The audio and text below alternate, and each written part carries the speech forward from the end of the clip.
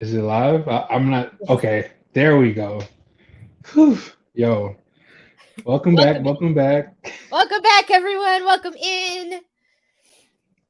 It's your boy Big J. Even though I'm rusty, and then we got Crafty Fox over here. Hey. Yeah, So it's been a hot minute. it has, and you know what? I'm really excited because it's been forever, and we're back at what episode 3, right? Am I Yeah, right? episode 3.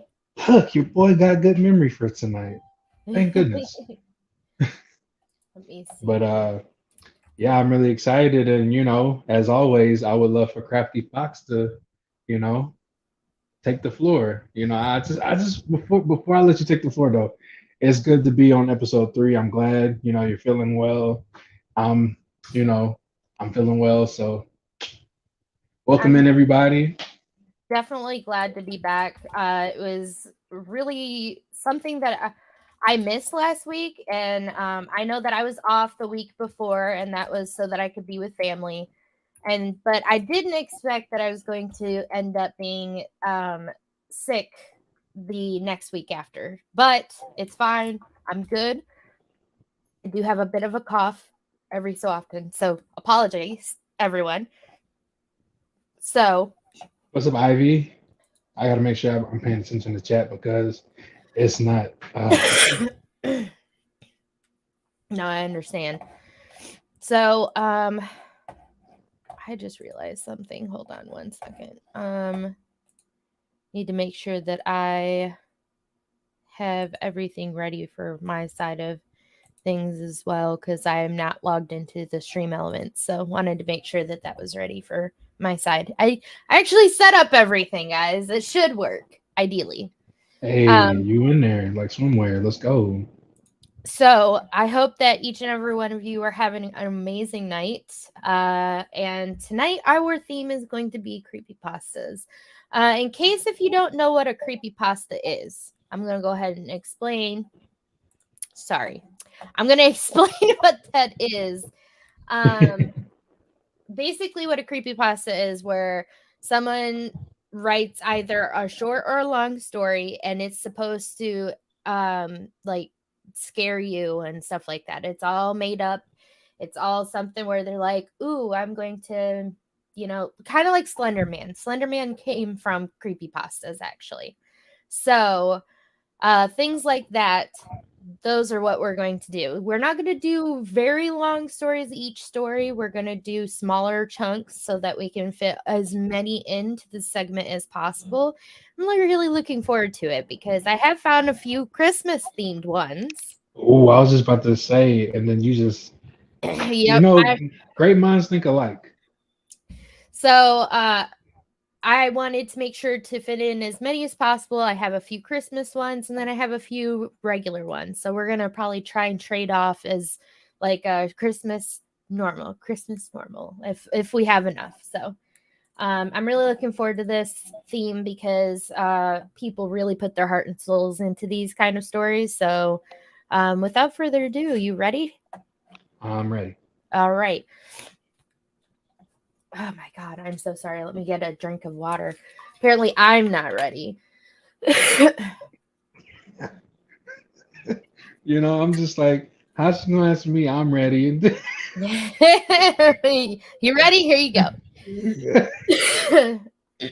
So this one's a 7-minute story, Yeah. and it is called "It Wasn't a Reindeer," Oh, interesting. written by Michael Page. So, and I'll try to make sure on my VOD to link all of the authors down below in the description. So we want to make sure that they get their Credit. credit. Thank you. You're welcome. Christ, I muttered to myself as the first flakes of snow started to fall. They gathered in fuzzy clumps over the windshield before my wipers cleared them away. I've been waiting for 15, no, 20 minutes now in my sister's driveway. I had chosen to wait inside with her. Had I chosen to wait inside with her, rather, I'd have been dead by now, thanks to her two gray cats. cute little devils, but murder to my sinuses. Puffy eyes and clogged up throat, that's just what I needed. Every Christmas, my family made the annual trip to my grandparents' cabin tucked away in the woods of Hope, Alaska. I'd hoped to beat the heavy snowfall that was forecasted.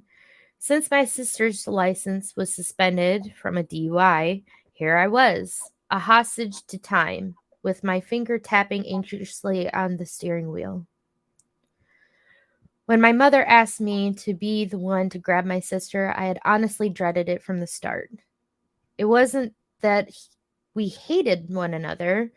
We just weren't as close anymore. After decades of constant arguments and bitter disagreements, we became distant and our relationship fizzled.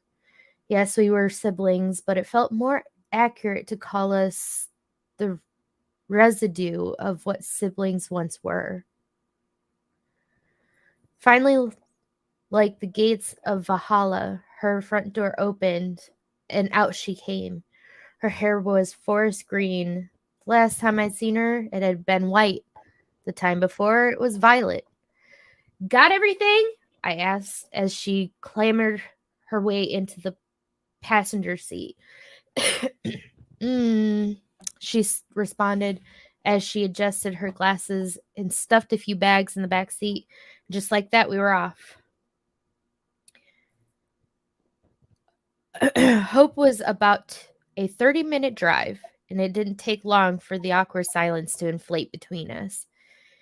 It didn't help that the radio didn't work in the car and that the broken auxiliary port made my music sound like it was having a seizure. By the time we reached the turnoff for Hope Highway, the road was turning into a thick white sheet. Thankfully, on Christmas Eve night, the long stretch of Hope's small community was quick and vacant. The cabin was tucked away in a forest of trees 5 miles off the main road. As I made the turn, my sister cracked the window, pulled out a blunt, and lit it with her lighter. Want a hit? She asked. Snow crunched beneath us. Not while I'm driving. It's a straight path. We're practically there already, rather. She took a drag and blew it out the window. I want to just focus on this, all right? She huffed and pushed up her glasses. If you're that worried, maybe slow down a bit then. There was the jab, a piece of bait to lure me into another fight. But I wasn't going to bite, not this time. She could live with us getting there faster.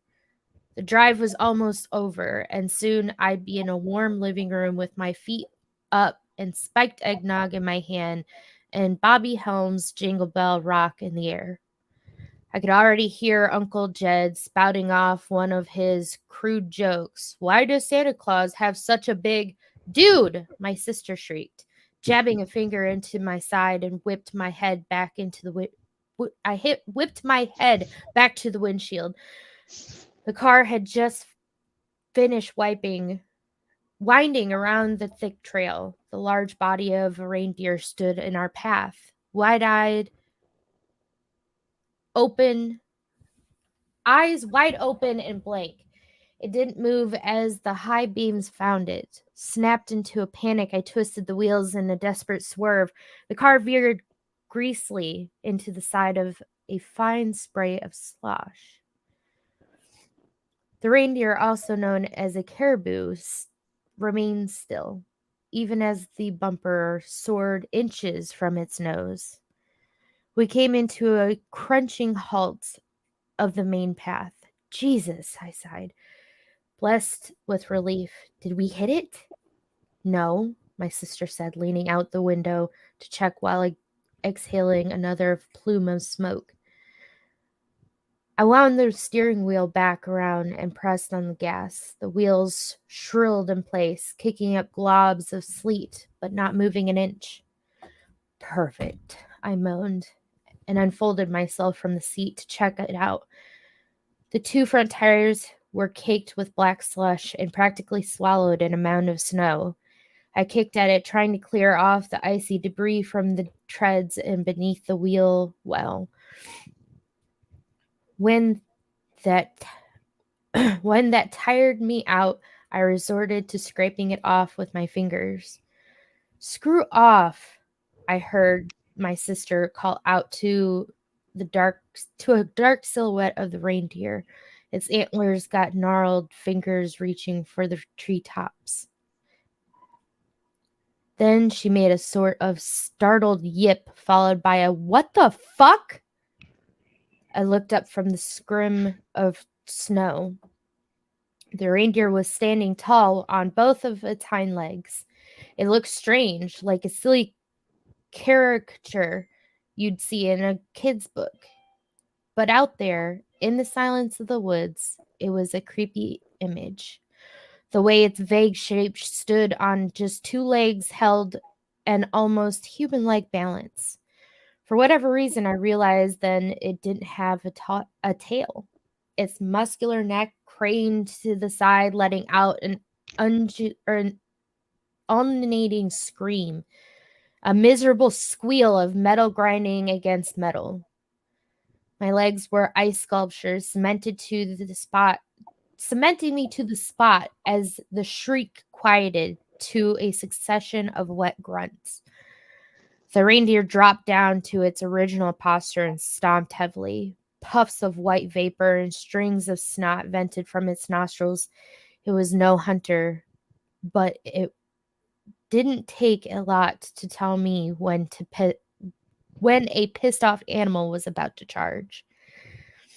I leaped for the driver's seat, pulled the door closed or open, and slammed it shut just as the muffled thud of hooves reached me. Antlers scraped the door of the large body as its large body practically flew over the patch I had just been standing in. Fast, very fast. My sister screamed as the large bulk of its frame wound back around and charged again, this time shattering the headlights and submerging us in darkness. "Just go already," my sister hollered in my ear.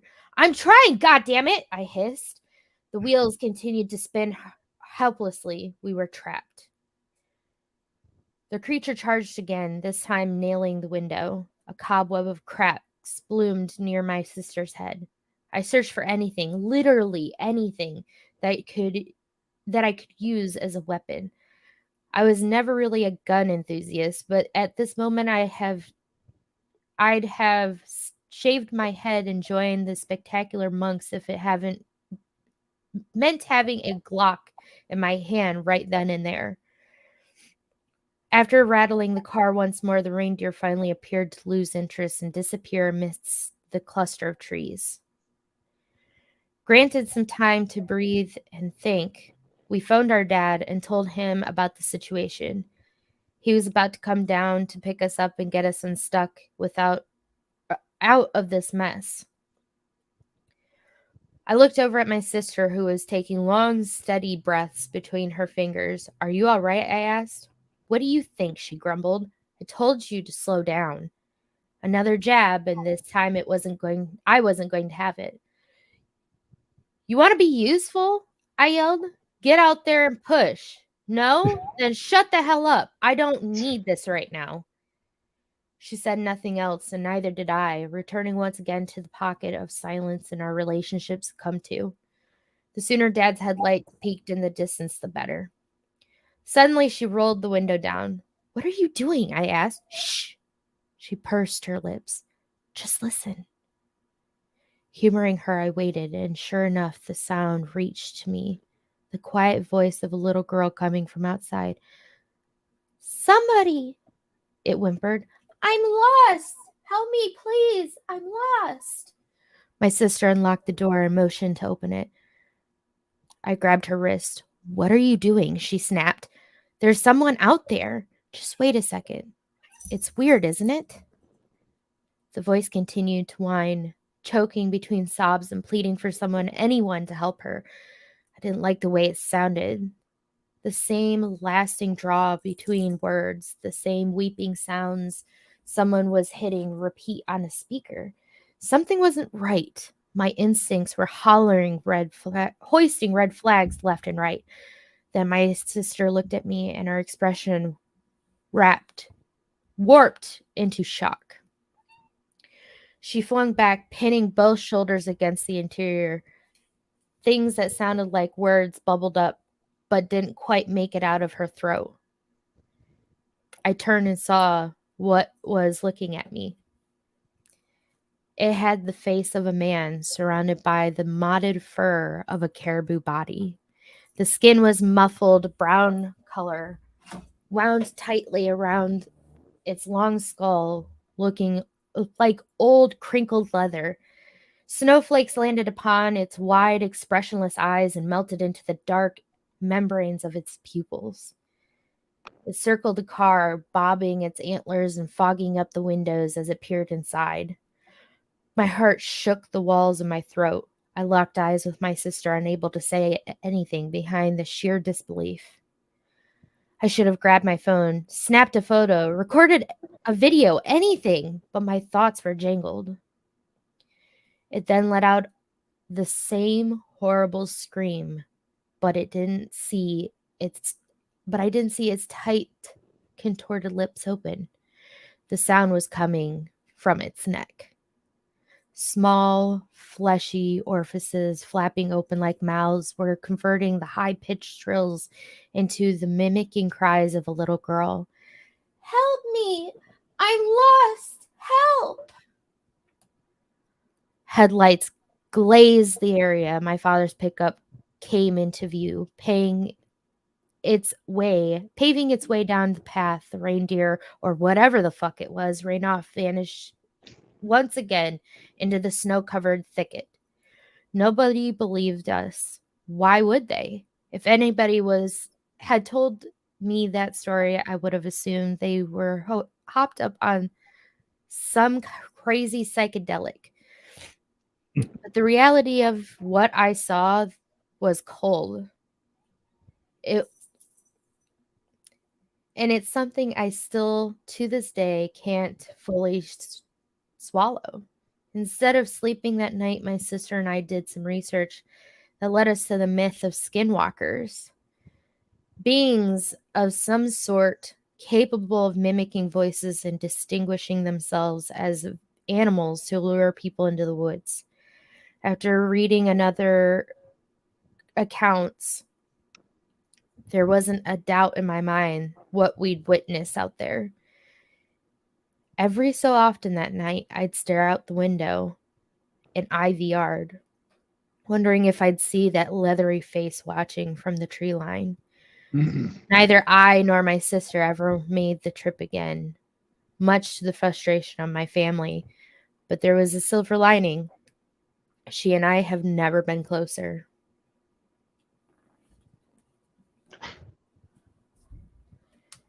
That is insane. Imagine actually coming across the skinwalker like that. I know some people say that they've heard of it. Oh my gosh. Fear is your cat is one. I've heard of people having like legitimate fears that their dog is one just because the way that their dog acts or whatever. But Oh that would be man, insane to come across something like that. Like I've heard of skinwalkers. Have you ever heard of them before, Big J? I have, but I'm not really sure like what they are about. So skinwalkers are a Native American folklore creature. And basically, like they said, it's this person that has the ability to, it's like almost like a shaman or a witch of some sort in the Native American culture that has the ability to shapeshift. They can be a person or they can be an animal. They can, do the mimicking of voices. It's really creepy. Like that is probably one of the creepier things I've ever heard of as far as anybody's folklore goes. So Damn. skinwalkers are terrifying. Absolutely. You My see what she? Ugh. Yeah, my cat's name is Satan and she just acts different. That's pretty Angel intense. Arkham, how's it going? How's it going, everybody in the chat? By the way, that was a crazy story, right? Crazy, crazy story. That was pretty intense. Let me make sure to get that link.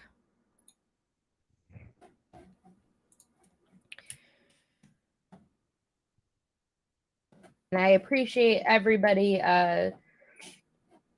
working with me here as far as reading, because apparently my nose wants to get congested suddenly. So Oh man, poor thing. I Hey, you know can't what? wait. You know what? We're gonna push through this. We got this. You got So this. um yeah, I've definitely heard of skinwalkers before, and I guess I've seen like videos of accounts of them, but I don't know if I believe about them. I don't know. What are your guys' opinions? I'd love to hear it in chat. Do you guys Yeah, think that they're real? yeah. Let's hear what the chat gotta say. Yes, makes me wonder. Well, the idea of skinwalkers is just awful. Like, think about living your life and your dogs stand up and start talking in a weird language. Oh my gosh. Oh my. I wouldn't I wouldn't I'd be have like, you got it. I'd be like, you got it. I'm out. that. All right, enough said. I'll just see myself out. You can have the house. It's fine. You can pay the Right? mortgage, right? I mean, uh, uh, oh, okay, bye. Me. Based on a true story, we're out.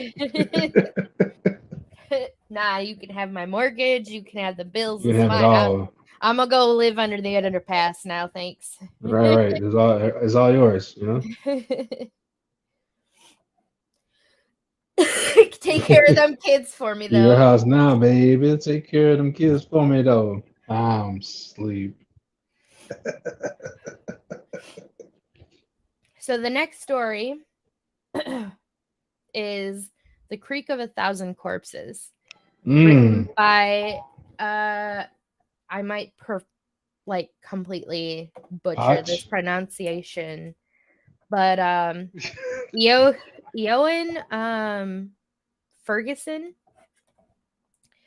So let me put this link in there too. So it is 18 minutes long. That's what I'm enjoying about these stories. No, What happened? Oh, let me see. Hold on. I'm I've missing read this chat. one before. Oh, I'm excited then. She said no. Oh my.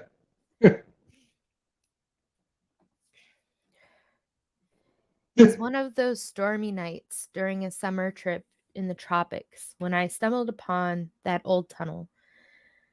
It was the longest and scariest night of my life. I did not think I would ever get out of the forest alive. I was badly injured, weather beaten, and suffering immensely from the cold when I emerged from the tree line. But here I am now, a year later, back in Wittenberg, still recovering from the trauma and trying to forget that spine chilling night I spent in the bowels of the earth alone. My hand still tortures me from time to time. There are days when the pain makes me desire death. The doctor said I was lucky. If I had waited a little bit longer, they would have had to amputate it. But now I am not sure anymore. Amputation seems like the best option for me. My buddy Mario, a friendly dude, had invited rather me over for a summer vacation in one of the most beautiful and picturesque islands in Swali, Indonesia.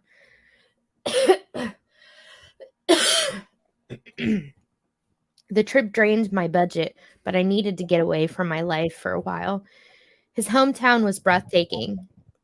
It perched on the slopes of an inactive volcano near the mouth of a narrow bay that looked more like an oversized lake.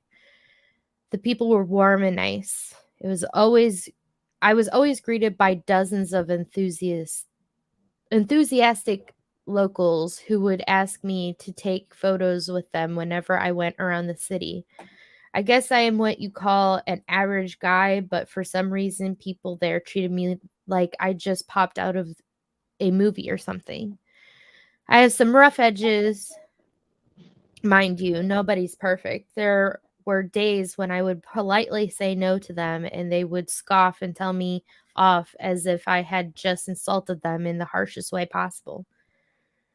Mario told me that it was my blonde hair, super pale complexion, and the constant confused look on my face that made me look like a big dumb troll. You always look like you're either confused or drunk, as if it's part of your brains were a different time zone, man. He told me one time, well, that's one way to put it. I bet those people wrote funny captions for the photos. Mario took me to these amazing places I had only ever seen in National Geographic magazines: lush, picturesque tropical forests, hidden sandy white beaches with pristine crystal clear waters that gleamed in the sun. And on my fifth day, he took me camping near his mangrove for near this mangrove forest where uh, crocodiles dwelled. Is it safe here? I asked him warily while taking inventory of our surroundings. Just keep the fire burning, he giggled, looking amused by my discomfort. When we returned to the city, he told me about this beautiful off the beaten path that stretched across a massive formation of hills on the southwestern part of the island. The nearest village rested on its western slope, with large patches of heavy forested land and 3-hour walk from the main road. There were rumors circulating about the people in that village that were unfriendly towards strangers and they practiced dark magic or something like that. You ever heard about the legend of Popo? Asked Mario one night when we were hanging out in his backyard enjoying some cigars and cold beer. What? I clucked. For some reason, that strange word sounded funny to my ears, and I thought I had misheard him. Popo, he repeated, grabbing another cigarette and lighting it up. No, what is Popo? Well, it's not actually a ghost, more like a creature, a night creature. He exhaled a puff of smoke in front of him. A vampire, Strigoi, or Strigoi. Um, he nodded a bit. Something similar, yes, but Popo is a human being who practices dark magic. That sounds terrifying. So what does Popo do? They suck people's blood? They only attack the weak, like old and sick people. Ooh. Well, we're neither older nor sick, I yawned loudly. For now, I added, then chuckled. Rumor has it that everyone who lives in the village is Popo in that village is Popo's by night. During the daylight, there's just normal people like us. A bunch of farmers, flesh and blood. But when the clock strikes midnight, they would go deep into the forest to transform, especially on a cold, moonless night. They love it that way, so they can hover over another village undetected, hiding in dark corners, waiting for the perfect time to attack the first weak, defenseless person they stumble upon. He shrugged. At least that's what my grandpa told me. Sounds like vampires to me. Not quite. What makes them different? Well, like I said, Popo is a normal human being who practices dark magic. When they're about to transform, they go deep in the forest to hide their body somewhere safe, only return when the first lights of day appear in the sky. Hide their body? For what? I asked, confused. He grinned at me mysteriously before continuing. They detach their own head from their body and leave the body behind, safely hidden. And then the head will float around with its traveling organs dangling below it like tentacles, looking for a victim for the night. Ew, I blurted out. The thought of a dismembered head floating in the air with its wet, bloody, slimy organs dangling about disgusted me more than it terrified me. That's very imaginative and a horrifying story I've ever heard in my life, but also pretty gross. He blurted out laughing. That's why people here never leave their windows open after the sun goes down. Popo always waits patiently and quietly for hours floating over the roof of their potential victim's home. Oh my. Who would be stupid enough to leave their windows open at night? I snorted. By the way, I heard something quite similar when I was in Thailand years ago. Yes, countries throughout Southeast Asia have their own versions of this creature, but the characters are always the same. A disembodied head floating in the dark night sky looking for its victim. Some say that when Popo is near, you can hear the dripping sound when it's so quiet late at night. Go drip, drip, drip. He lowered his voice dramatically. It's the sound of blood and bodily fluids dripping from its organs and hitting the roof or the ground. Then Oof. you know they've come for you. Yuck. There's a story my grandpa told me about a guy who woke up in the middle of the night because he had heard this mysterious dripping from sound somewhere nearby. He got out of bed, leaving his heavily pregnant wife asleep in their bedroom, and went into the kitchen to check if they had left the water running. He went over to the sink, but the tap wasn't dripping. So he went into the bathroom and found that the tap there wasn't dripping either. He scratched his head in confusion, thinking he had probably dreamt of hearing it when he realized that he had forgotten to lock his bedroom window. Mm. He quickly ran to the bedroom only to find the worst nightmarish sight he had ever laid his eyes on. A severed head of a woman with long black hair was resting between his wife's legs, which were soaked in dark red blood. It was sucking greedily to feed off their unborn baby.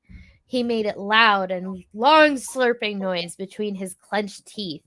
Okay, now, thank God I already had dinner. I cringed in disgust while he bursting out in laughter. Thanks for the nightmare materials. But whether it's true or not, the trail is perfectly safe to explore as long as you don't stay far behind the sun after the sun sets. The forest is really thick there, and you can easily get lost in the dark. I've camped there many times before, and guess what? No popos. He grabbed the ashtray and stubbed out his cigarette.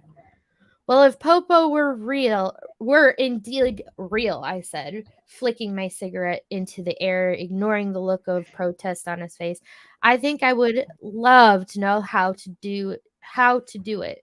You know, the dark magic they're practicing.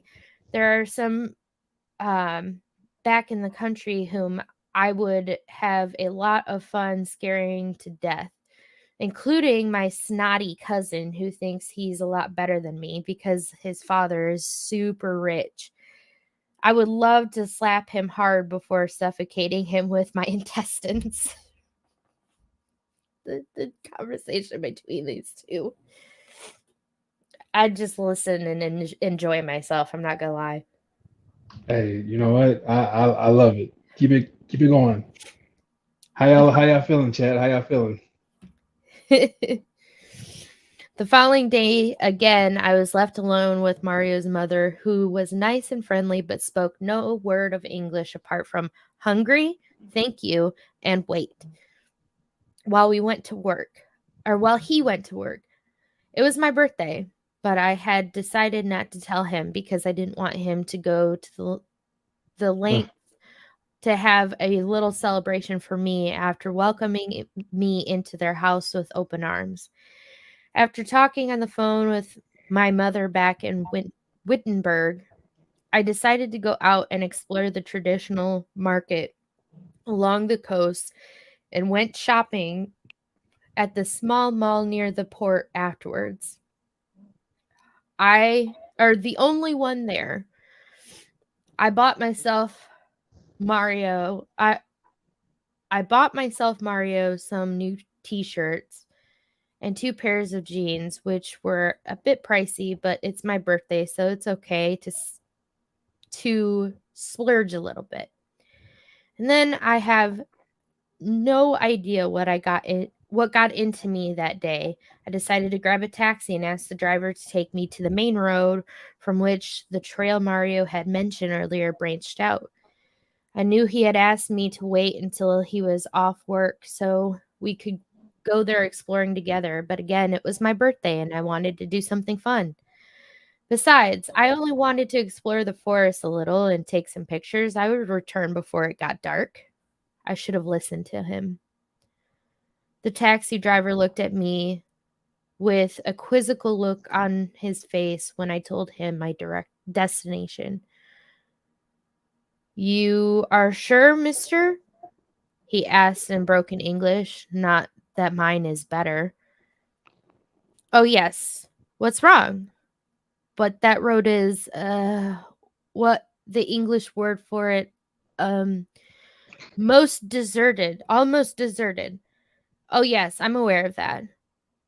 What you do there? Hiking, I answered shortly, ignoring his being nosy, taking pictures. It suddenly dawned on me that I would never tell a stranger where I am going all by myself. Or I should never tell a stranger where I'm going all by myself.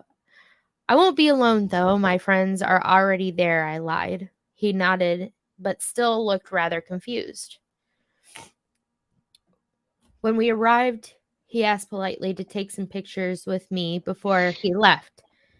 I said yes and asked him to come pick me up around 3 p.m. and he nodded his head, but still busy going through the photos of us that he had taken on his phone with a wide grin on his face. As soon as I reached the top of the hill a few hours later, I realized that what Mario had told me earlier was true. It was really cool and picturesque up there, with massive green hills rolling in the distance surrounding the valley. I could even see the bay in the distance from up there. I took some pictures and began making my way down the other side of the hill towards the green line, where, according to Mario, I would find a small creek hidden among the thick vegetation. It was only 10 a.m. in the morning, but I was already sweating like a pig. I strolled down carefully, trying not to trip on sharp, rocky protrusions that jutted out from the ground on the steep hillside. I weaved by I weaved my way in and out of the thick undergrowth, and I could already hear the gentle, thick trickling sound right ahead. The forest was rather quiet, and the deeper I went in, the thicker the vegetation was. I kept walking for about 10 minutes, and the canopies hanging low over my head made my surroundings look even darker. My feet were making this gentle squelch as I wobbled along the muddy bank. Going deeper and deeper, the closer I got to the river, I held on tight to a woody root covered with slimy moss above me, and then I hoisted myself up with all my might. Mm. I lay down for a bit next to the huge tree to catch my breath, and suddenly it dawned on me that I could have drowned in the mud just a few seconds ago. How Ooh. stupid. I opened my waterproof bag to check my phone and camera and was relieved to see that everything was still dry and not damaged.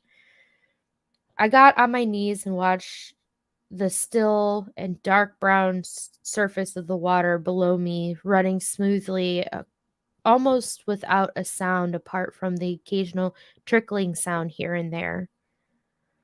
Then I noticed something along the bank to my right, a long and thick rolled up piece of palm fibers woven together and fastened by two bamboo sticks, which I recognized was used by people to trap fish traditionally. I walked over closer to investigate. It was wet and looked as if it had been left there for years. Pieces of torn palm fibers were jutting out through unevenly like locks of stiff hair. I kicked it hard and it rolled off into the creek with a loud splash that disturbed the still water before disappearing beneath the surface. I looked around and saw more of those rolled up here and there on either side of the creek. The creek itself was only a few meters wide in this part of the forest, but the tall trees and heavy vegetation on the other side concealed what lay beyond.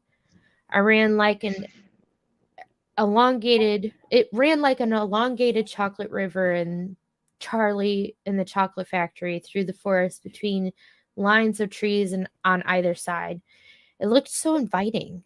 Not to mention it was a really hot day, so without hesitation, I just jumped in and gasped in surprise because I had not expected the water to be so cold. I opened my eyes, but I could not see through the murky water. It was almost like swimming in the dark. Not to mention, it was actually deep enough that when I reached the bottom, the world above me completely disappeared from view. I could no longer tell the difference between up and down. It felt like I was floating in outer space. I drove to my side and almost hit my head on the steep wall of the bank. I dodged quickly and pushed myself back to the surface. The fish trap was that I found earlier was already floating slowly on the surface towards me. I grabbed it and held on, using it like a raft before letting go and diving back under the surface. A gush of cold wind greeted me when I resurfaced, and I bobbed up and down.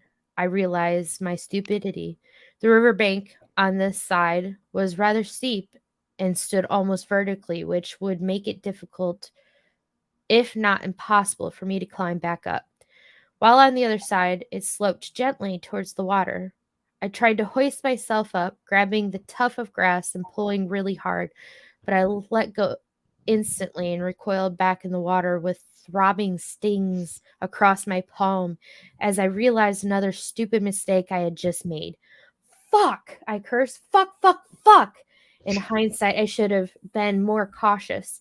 Apparently, the plant that was the one of those nightmarish plants found in the tropics that have microscopic needles like hairs, which cover the whole plant as an act of natural defense mechanism. Not to mention that the hairs are itchy and venomous. This fucker was one of them. Yeah. Whether it was the effect of the venom or maybe the pain was too much, my bladder finally let go, and I could feel the wet warmth between my legs spreading wider and wider before I passed out. Mm. When I came to, there were several things that I realized instantly. It was already dark. It was raining with lightning flashing fiercely across the sky and thunder grumbling in the distance. My palm was still burning from the pain, but it had lessened. I didn't know how long I had been laying there unconscious. I tried to get up, but my whole body felt weak and drained. My wet t shirt stuck tight to my skin. I got on my knees and felt something hard in my pocket. I gasped in excitement as I pulled out a small waterproof flashlight which I had slipped into my pocket this morning, just in case I got lost and could not find my way back after dark. But then, beneath the steady and soft patter of rain, I heard a faint yet familiar, catchy tune. At first, I thought I had to be imagining it. There was no way I was in the middle of nowhere, and the nearest village was approximately a few kilometers from where I was. It took me a while before I found out where it was coming from. My phone. I suddenly felt relieved, but only lasted for a few seconds when I realized that I had left my bag on the other side of the creek. And what an idiot. Mario. He had to be worried sick about me. I turned the flashlight on and pointed it towards the other side of the creek. There was no way I could swim back there and climb up onto the ledge. I held out my injured hand in front of me, and under the flickering light of the flashlight, I could see that it had swollen twice its normal size, and the skin had already started to turn blue. Mm. There was only one way to get out of this forest, but I wasn't planning to leave without my bag. I had to find a shallow section of the creek where the bank wasn't too steep, so I could make my way back to the other side. I turned around and started walking up the gently sloping bank behind me, weaving my way in and out of the thick bushes, very carefully, trying to watch out for more of those fucking killer plants. My joints felt stiff and dry, as if I have not used them for years. As I walked along huge trees that lined along the edge of the bank, I spotted something in the dark. I pointed my flashlight towards it and saw a weather-worn and aging wooden board sign nailed carelessly to the trunk of one of the trees. There was sloppy writing written in all capital on it. I walked Mm. closer and narrowed my eyes to read it. It was written in Indonesian, of course. It read, Dirlang Bernang in Disting. I'm not going to continue to read that. There's a lot of Indonesian right there.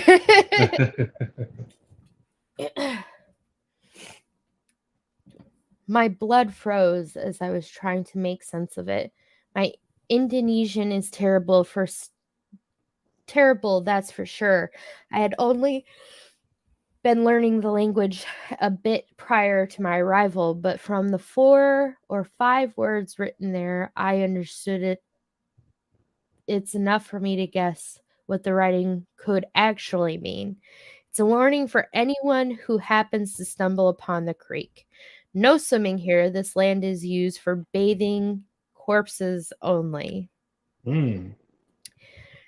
The rest of it was incomprehensible to me, but I knew enough. My stomach churned again as it dawned on me that several hours ago I was bathing myself in that doomed creek.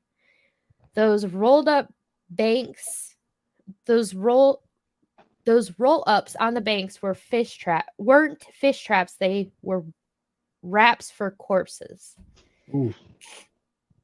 Not feeling like lingering behind any longer, I quickened my pace and started to jog as fast as my trembling and weak feet could carry me.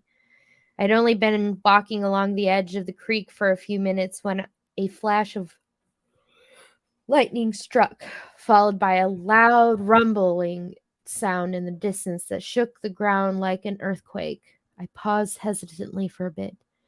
Maybe I should find a place to stay for the night. I proceeded to keep walking forward, slowing down now and then to navigate through the uneven terrain and thick bushes. I have arrived in a clearing at the foot of one of the hills that towered over the forest like a dark, massive creature. As I made my way around it, I noticed the mouth of a dark cave, half hidden behind the thick group of bushes when the lightning struck again. I got closer and realized that it was a dilapidated square-shaped entrance of an old abandoned tunnel. It looked like a minor landslide had occurred years ago and almost completely concealed it out of view. Several pieces of old decaying logs were dangling from the top and strewn about on the ground before it. I was about to start walking again and making my way around the hills when suddenly a strong gust of wind struck the whole forest, followed by heavy drops of rain. I had no choice but to take cover in that tunnel. I carefully made my way through the decaying debris and snuck inside quickly. I took a look around with my flashlight and found a rusty and long abandoned car wreck resting on its side against the wall only a few meters from the entrance. And as I went deeper into the bowels of the hill, I started to smell something horribly unpleasant. Mm. An odor hanging heavily in the musty air. It was getting stronger and stronger as I kept walking further. I could feel my stomach churning wildly from disgust. I pointed my flashlight towards forwards, further deep further deeper into the subterranean darkness, but the beam hit the wall as the tunnel curved to one side and I had to stop moving, not feeling like following the bend any further. I walked back towards the old car and peering inside, the seats were still intact. There were dirty piles of old tattered rugs strewn about on them. Well, at least I have something to keep myself warm, I thought to myself rather gloomily. I clambered inside and tried to make myself as warm as possible among the piles of dusty rags on the back seat. The old thing creaked and groaned in protest as I tried to find the most comfortable position to sleep in. I could hear the muffled roar of the storm as thunder rumbled on outside, reverberating through the walls. I silently prayed that this old tunnel was strong enough to endure the storm and couldn't collapse and trap me in the darkness forever. It's going to be a long night, and I didn't even know what time it was. I had no choice but to wait out the storm for now. Lightning flashed, and for a split second, it illuminated the entrance of the tunnel ahead, allowing me to see the trees and bushes swaying wildly in the storm outside. I leaned back facing the entrance of the tunnel, closed my eyes, and waited patiently until sleep took me. Only a few hours had passed when I was suddenly yanked back into wakefulness by a faint and muffled tapping sound coming from the right. At first, I thought I only imagined it. I inched away from the wall and listened closely.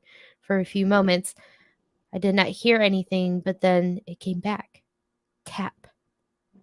What the hell, I thought, as I realized it was coming from inside the wall.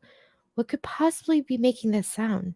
Mm. I leaned hard against the cold, dented frame of the car and narrowed my eyes in confusion. I stared hard at the earthy surface of the wall for a few more minutes and realized that maybe it was just the whole hill enduring the storm. Settling in under the great pressure of its own massive weight, I sighed, feeling extremely exhausted and sleepy. I pulled more rags from the front seat and covered my feet, and then I leaned back and relaxed my body and closed my eyes.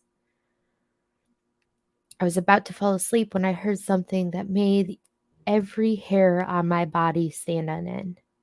Mm. It came from the darkness behind me, deep in the bowels of the tunnel.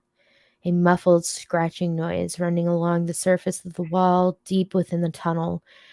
I turned my flashlight on and pointed it towards the darkness behind me. Immediately, the scratching went on into the darkness beyond the bend, like something crawling its way along the surface of the old wall. I thought the thought to put an unpleasant tingle in my own fingertips. "Who's there?" I shouted. The scratching stopped immediately. My voice bounced off the walls, creating a distorted echo that reverberated through the air, and deeper it went before the tunnel swallowed it. I could feel the darkness shifting and twisting around me as if whatever it was making the scratching noise that was making the scratching noise had not expected my presence at all. "Hello?" I shouted in a quivering voice. Silence. And then lightning struck near the entrance, startling me. its bright radiance illuminating the whole tunnel for a split second. I looked over my shoulder towards the entrance for a moment. I was relieved that I was safe from the storm, but the reassurance evaporated as quick as the lightning itself when the darkness surrounded me. I turned around as the flickering beam from my flashlight hit the part of the wall at the bend. I saw something dark and elongated moving fast across the earthly floor on the tunnel. I could make out the faintest glimmer of its movement within the dim hollow of the beam before it disappeared beyond the bend. A snake? A fucking big snake? I realized to my horror I started wondering if I was trapped in with a snake-infested tunnel. The answer came to me as from the corner of my eye I saw something slithering fast along the ceiling, only a few meters in front of me. I pointed my flashlight towards it quickly. Another black snake slipped into a crack in the ceiling and fled out of sight as if fearing the light. I did not feel like staying here in the snake's den any longer, but I also knew I wouldn't survive the storm, trying to find my way out helplessly without proper clothing. I pointed my flashlight around frantically for a few moments, hoping to drive those critters away. To my surprise, I saw more of them retreating back into the holes and crevices along the walls and ceilings of the tunnel. What the fuck? I muttered under my breath. And then, from deep within the darkness beyond the bend before me, I heard another noise that made my blood freeze. Drip, drip, drip. Followed by a long guttural hiss that made my heart skip a beat. I stared intensely at the bend as if expecting some nightmarish creature to reveal itself soon. Nothing appeared. And yet the sound went on.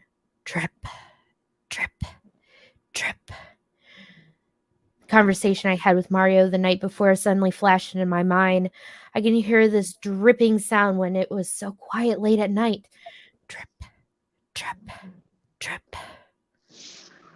It got louder and louder, and it moved closer, and then it stopped abruptly, right at the bend, leaving me trapped in the most horrifying silence I had ever experienced my whole life. Hello? I croaked, trying to sound brave and authoritative. Who's there? My heart was pounding in my chest as I frantically pointed my flashlight across the wall at the bend, sweeping the beam along the wall, right to left, up and down, the flashlight flickering dangerously in my frantic attempt to keep it on. I hit it with my injured hand. Ouch! I yelled in pain, so great that the flashlight slipped out of my grasp. As soon as the darkness surrounded the tunnel once again, the hiss returned. Still groaning and panting heavily, I grasped the flashlight between my legs and pointed it back up towards the bend, right when something dark and wet slithered back into view. And then two things happened at the same time. First, I felt cold drops of water falling from the top of my head, which instantly made me freeze with unimaginable terror. And then my flashlight flickered again for the last time and died, plunging me into the complete darkness. I felt something shifting above me as the hiss resumed at a lower octave, more aggressive. I screamed at the top of my lungs and leapt aside out of the car and landed hard on my stomach. But I quickly stood up and started to run as fast as possible towards the entrance beyond which my safety might lie in the storm. I ran and ran along the trees, not even stopping to catch my breath. I no longer cared about the storm. That was still lashing out its wrath unmercifully. All I knew is I did not want to be in that tunnel any longer. Thunder rumbled on as the storm rattled everything on its path, swaying the trees back and forth violently. I did not know where the strength that led me out of the forest that night had come from, but it was there. I ran for hours until I finally made it back to the main road. I did not slow down. I kept running and running until my chest heaved painfully. Finally, I fell hard onto the muddy shoulder of the road and passed out from exhaustion. When I came to, I was already at the hospital with Mario at my side, looking pale and shaken. According to him, I got lost in the woods and became disoriented trying to find my way out of the storm. When the storm hit, the creek overflowed a few hours after that, resulting in a massive flash flood and swept away 1/3 of the local forest and caused devastating damage on its path, including some farmlands nearby. No casualties were reported. I was lucky. If I had stayed a bit longer, I would have died and probably would have never been found, lost forever, swept deeper into the tunnel by the flood. I called my mom and she insisted I fly back home as soon as I was allowed to leave the hospital. I only stayed for 2 days and still had a week until my flight back to Germany, but I listened to her. I just wanted to go home. I did not return to the forest to retrieve my bag. I said goodbye to Mario, and he promised me that he would take a few weeks off work and visit me next year. I told him he was welcome to stay at my place, and my family and I would love to have him as our guest. But I never told him what had really happened in that tunnel that night. What I had seen. There was no way I will ever come back to visit this country ever again. Because that night in the tunnel, only a few seconds before the flashlight went out, I saw and realized something that will traumatize me for the rest of my life. I realized that it wasn't snakes that I had seen slithering around the darkness. It was human hair, long locks of black human hair. Oof. Oh man.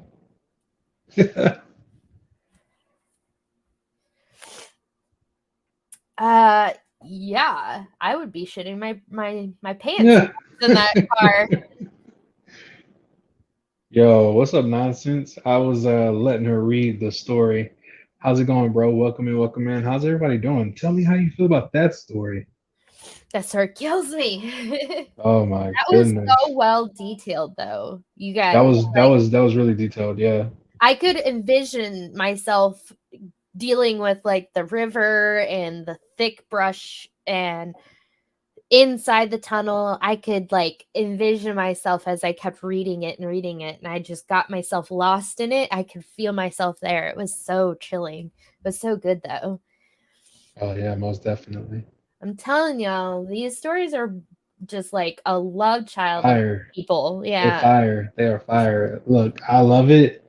And y'all already know like these episodes are really good. Like I feel like they're getting better as time goes. I'm apologizing that I'm doing the podcast from the phone, but I really am trying to look at the chat and be it, but you can only do so much with the phone. But I do appreciate the patience, everybody, and I really enjoyed this one, and I'm looking forward to the next one. Can we give them like a little, I guess you would say like a little insight on what we'll be doing on the next episode? Yeah, we can definitely do that. So, next insight, my thoughts are either we can cover the topic that I threw out earlier, Mm-hmm. which would be America's first ever serial killer, which is H.H. Holmes. Oof. Or That sounds pretty creepy. we could explore different folklores of different countries and read about them together. Yeah, I would be down with that. Chat, what do y'all think? Let's see what y'all say. I mean, maybe we can see what they say. Maybe we can. Yeah, I'd love to hear what you guys are interested in. Skinwalker. You seen your personal skinwalker? Oh, you're talking about my kitty? Oh my goodness. You talking about my kitty? Oh my My goodness. sweet baby that's laying right here with me? Holmes. Okay. Yeah, we can Holmes definitely. is a very interesting topic. I got to watch a documentary the other night about it, and it was not what I expected about him. I have so much information to give you guys. Like, I live, breathe, eat, sleep like scary topics. So she's plotting your death. I don't think so. She's actually I would if either of my cats were to plot my death, I think it would be Oh my I goodness. think it would be Toulouse. Yo, Aurora actually loves to lay on my chest and cuddle. So Toulouse, on the other hand, he's the one that likes to walk all over my rib cage, my hips, and oh yeah. man. So true crime is my Oh, thing too. Oh my god, I'm telling you, true crime, forensics, criminal, like profiling. I actually almost went into forensic pathology as a career path. So I like forensic files, and I used to love watching unsolved mysteries. Like, oh my goodness. I love that's why I loved bringing up the Somerton Man, which, by the way, there's even more updates about the Somerton Man. They Ugh. actually found his niece, his great great niece, and his great great cousin. They have finally traced Charles Webb, or Carl Webb, Charlie Webb, to actual family, guys. It's amazing. I'm Oh yeah, most so definitely. glad that this guy finally has a family to claim him. After 70 plus years of him being known as the unknown man in Australia and one of their biggest mysteries, he finally has a family, and I'm so glad. That's So glad. awesome.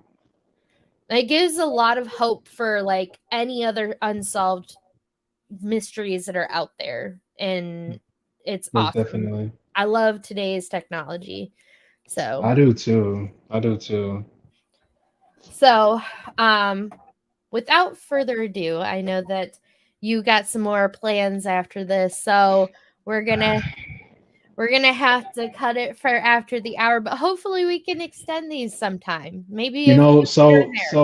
so I'm trying to get everything situated. I think next week we can do more than an hour because I'm gonna have it to where like maybe I can either do the next episode after this either on Fridays or do them on Wednesdays. I'll kind of just see what everybody's thinking because I know, you know, I like our podcast and I would like more than just an hour, because I felt like we were just starting to get into it at the end and then it's like, oh yeah, look at the time, Yeah. but I feel that too because the more and more that I started reading, the more and more comfortable I got getting into being able to read the stories and give more of that drip, drip. I was about to say that drip. You were So really getting into it. I really like that. I hope everybody that tunes into it or has that's watching it right now enjoyed that. That was really great. Like you did a really good job. thank you. I tried. I definitely really that's another thing that I enjoy is I'll listen to people read stories, like scary stories, and there's like this one YouTuber that I watch that Hmm. the way that he is about it, he's so smooth and he gets so like he either is just like, so the other day that and then all of a sudden it's and then all of a sudden my heartbeat and it's like the more passion he gets into it, I'm like, I want to do that with these creepy You know pastas. what? I You would know love what? to do more creepy pastas for you guys, not gonna lie. I I think we should definitely make that a thing. Like maybe like every other week we can like do that and then like Creepy pastas and yeah. then trade it off, do like creepy pastas, then a different topic, then creepy pastas, another topic. I think that'd Yeah. be an awesome idea. What do you guys Hey, think? yeah, chat. What you guys think? We like to get our chat involved. Hell yeah. But yeah, I thoroughly enjoyed reading those. I know that they are a huge, like, people just volunteer their time to write these. They just sit down and then all of a sudden They're they're really like, great. ooh, I got this idea, this creepy idea. And I'm like, They're good really job. great. I think if I were to like do something like that, I would probably get really dark and I have ideas for some myself. you know what? Maybe we can put an idea and make a story of our own. There you go. We can A write our own creepy spookalicious. pasta. Our own creepy pasta. a spookalicious creepypasta. How about that? A Hey, but definitely we would love to see you next week when we talk about some H Holmes. It sounds like everybody's very interested in him. And honestly, I yeah, don't blame you.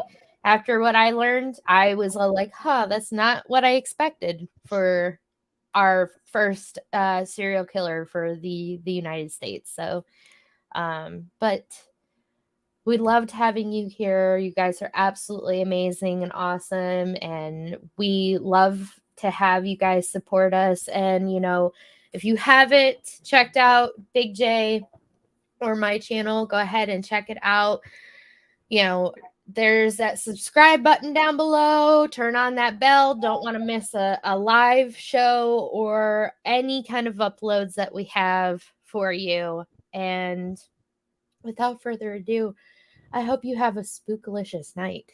hey, wait a minute before we go. I need you guys, if you guys are on my behalf, I need you guys to go subscribe to Miss Crafty Fox as well because she's awesome and she's holding it down, especially tonight.